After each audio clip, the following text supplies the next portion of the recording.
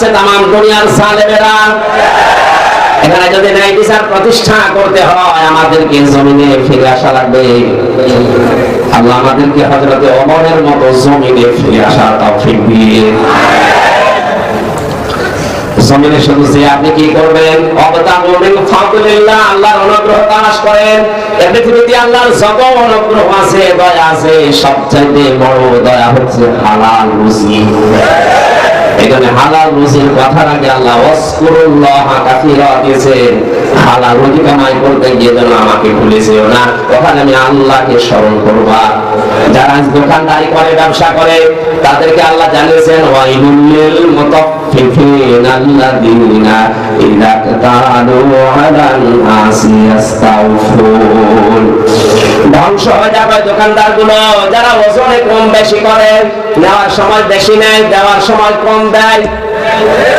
এটা শুধুমাত্র যারা দোকানদারি করে, ব্যবসা করে, এদের জন্যই না।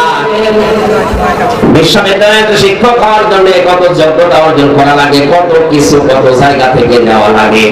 এত কিছু নিয়ে আপনি ডক্টর হয়েছেন, অথচ দেওয়ার সময় ছাত্রদেরকে এই ক্লাসে দিতে চাই না, বলে আলাদা করে প্রাইভেট পড়া লাগবে, কোচিং করা লাগবে, ওই অন্য জায়গায় যে ক্লাস নেবেন। চলে বলেন নাউজুবিল্লাহ। আল্লাহর কসম, কোরআনে কারিম আমার সামনে আপনি ধরা খাবেন স্যার। আপনি নেওয়ার সময় কত বেশি নিয়েছেন আমি জানি। আমার ভার্সিটির যারা স্যার ছিল অধিকাংশ মিশরে, সৌদি আরবে, ডক্টর জিয়াদ, এত বেশি তার জ্ঞান ছিল। ডক্টর লোকমান, আমার মনে হয় সারাটা জীবন যদি লোকমান স্যার কথা বলে, আমার সারা জীবনের সঙ্গে বলে যাবে, এত জ্ঞান আল্লাহ তাকে দিয়েছে। লোকমান স্যারকে না, লোকমান স্যার অনেক ভালো। অনেকগুলো স্যারকে অন্যান্য বিভাগের কথা বলছি, শুধু বিশ্ববিদ্যালয় না, কলেজে আছে সিস্টেম, মাদ্রাসায় আছে সিস্টেম, প্রাইমারি আছে সিস্টেম। এরা নেওয়ার সময় অনেক কিছু আমরা দিতে থাকি, কিন্তু দেওয়ার সময় ঠিক মতো দিতে চাই না। এই যে যেখানে বসে আছি, এই চেয়ার, এই মেম্বার, এই মঞ্চটা, এখানে বসার আগে অনেক কিছু আমি কিন্তু নিয়ে এসেছি, পেয়েছি, দেওয়ার সময় ডেলিভারি দিতে পারছি না। এবার আসতে বলছে মনে কাছে বুঝলো তার খাবো, আমি তার খাবো।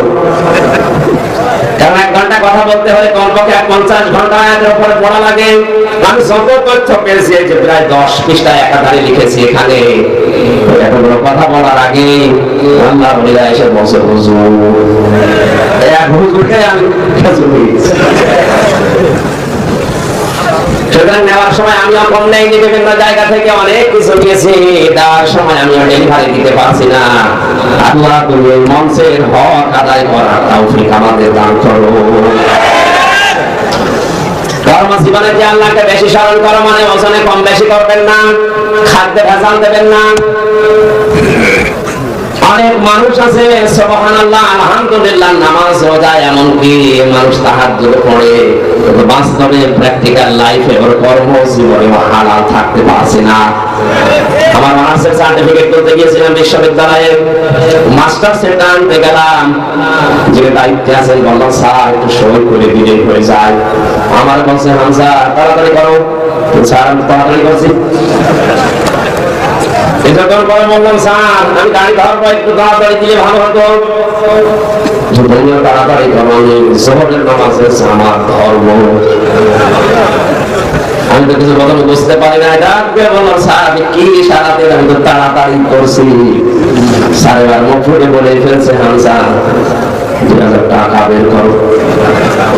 আপনি নামাজে যাবেন, জোহরের নামাজে জামাত ধরবে, আর এটা আসল জামাত।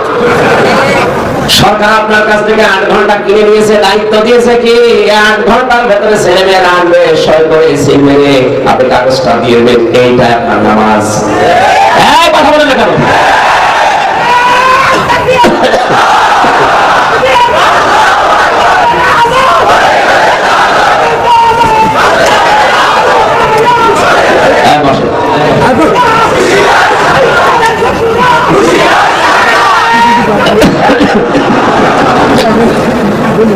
নামাজ মনে করেছে ওই 5-7 মিনিট 10 মিনিট যেটা জামাতে নামাজ পড়বে ওইটাকে, আর এইটাকে উনি দুনিয়ার কাজ মনে করছে। এই জন্য আল্লাহ কর্মজীবনের আগে ওয়াজকুরুল্লাহ কাসীরা দিয়েছেন, যে কর্মজীবনে গিয়েছেন আমাকে ভুলে যেও না, ওখানে আমার আলোচনা আছে, স্মরণ আছে, জিকির আছে, ওইটা তোমার কর্মজীবনের দায়িত্ব। জোরে বলেন সুবহানাল্লাহ। জীবন লাগবে। কথার অর্থ আমি বুঝাতে পেরেছি? রহমত পাওয়ার জন্য মসজিদ, রহমতের জন্য আরো জোরে বলেন। এখানে অশান্তি লাগলে আপনি মসজিদ মুখে হবেন, 2 রাকাত নামাজ আদায় করে আপনি আল্লাহকে আপনার মুখের কথা, মনের কথা, দুঃখের কথা বলে, এটা রহমত পাওয়ার জায়গা। আর যদি কেউ অনুগ্রহ ফসল পেতে চায়, অবশ্যই তার জমিনে আসা লাগবে। জমিনে এসে আমরা যেহেতু মুসলিম, 96% মুসলমানের দেশে আমরা আমাদের মালিককে আমরা ভুলে যাব না, কাজ করে খাবো। যে যে কাজ করে খাবে সেই জায়গায় সে আমার আল্লাহর বন্ধু। আল কাসিবু হাবিবুল্লাহ, যারা কাজ করে খায় এরা সরাসরি আল্লাহর বন্ধু। কেউ ডিসি যে সে কাজ করে খাচ্ছে, শুধু ডিসি হলে সে আল্লাহর বন্ধু হবে না। আল কাসিবু এটা ব্যাপক অর্থবোধক শব্দ। যে কোনো কাজ যারা করে, রাস্তা যদি ঝাড়ু দেয়, এটা কাজ। এটা কি বলেন বলেন? পৃথিবীর কোন কাজ ছোট না, পৃথিবীর কোন কাজ ছোট না। টয়লেট যারা পরিষ্কার করে, এটাও কাজ। এটা যদি সঠিকভাবে দায়িত্ব পালন করে, ও আল্লাহর বন্ধু। এজন্য কাজকে ছোট মনে করা, ঘৃণা করা, কাজকে ছেড়ে দেওয়া যায়। যে কোনো কাজ করে, কিন্তু কাজটা হওয়া লাগবে ভালো। কি? আল্লাযী খালাকাল মাউতা ওয়াল হায়াতা লিয়াবলুয়াকুম আইয়ুকুম আহসানু আমালা। আল্লাহ পাক বলেন, মানুষের মওত আর হায়াত সৃষ্টি করে দুনিয়ায় পাঠালাম কেন জানো? আমি পরীক্ষা করতে চাই তোমাদের ভেতরে কে ভালো কাজ করতে পারে। কি কাজ? আপনি যদি যে কাজ করবেন, কাজটা যেন আপনার আয়ত্তে ভালো হয়। যারা টাইলস মিস্ত্রি আছেন, যারা মোজাইক মিস্ত্রি আছেন, যে কোনো কাজ আপনি ছোট মনে করবেন না, ওইটা আপনার জীবনে অনেক বড় কাজ করবে। যতটুকু পারে সর্বোচ্চ ভালোটা দেওয়ার চেষ্টা করবেন। লাকাদ খালাকনাল ইনসানা ফি কাবাদ। আমি মানুষকে কষ্টের পরে কষ্ট সহ্য করার জন্য বানিয়েছি। এদের আমাদের কষ্ট করা লাগবে।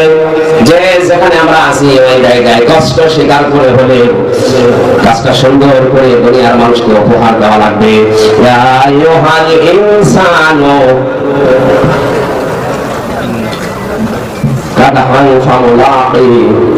মানুষেরা, তোমার রবের কাছে যদি পৌঁছাতে চাও, তাহলে তোমাকে কঠোর পরিশ্রমের মাধ্যমে পৌঁছানো লাগবে। এখানে পৃথিবীর কোন কাজ যেহেতু ছোট না, যে কাজে আছেন আপনি নিজেকে ছোট মনে করবেন না। মনে করছেন আমি তো দোকানদারি করে, আর একজন ডিসি আছে, একজন এমপি, ওর অনেক বড় না। কাজ তো কাজই।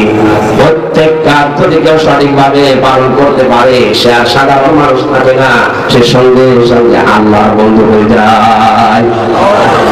আল্লাহর যদি কেউ বন্ধু হয়, আল্লাহু ওয়ালিয়ুল্লাযীনা আমানু ইখরিজুহুম মিনাজ যুলুমাতি ইলান নূর। ঈমানদার আমি আল্লাহ তাদের বন্ধু হয়ে যায়, আমার দায়িত্ব হয়ে যায় তাদেরকে অন্ধকারের রাস্তাগুলো থেকে আলোর দিকে, ইসলামের দিকে, জান্নাতের দিকে বের করে নিয়ে আসা। সুবহানাল্লাহ। আল্লাহ আমাদের জীবন সফল করার জন্য যে পদ্ধতিগুলো দিলেন, এখন থেকে জীবনে যতদিন হায়াত আছে, নামাজের সময় আসলেই নামাজ, নামাজ শেষ আর বসে থাকবো না। নামাজের পরে যাবো কোথায়? কাজে। কোথায়? যে যে ধরনের কাজ পেয়েছেন কাজ করেন, ওই কাজে যে সঠিক থাকতে পারলে আপনি আল্লাহর ওলি হয়ে বন্ধু হয়ে দুনিয়া থেকে বিদায় নিতে পারবেন। আল্লাহ আমাদের তাওফীক দিন, জোরে বলেন আমিন। মা বোন যারা এসেছেন তাদের জন্য মাত্র কয়েকটা ওয়াজ করছি তিরমিজি শরীফ থেকে। সম্মানিত মা বোনেরা, আপনার তাওয়াক্কুল হওয়া লাগবে হযরতে হাজিরা রাদিয়াল্লাহু তাআলা আনহার মতো। আবার ইবাদত বন্দেগী হওয়া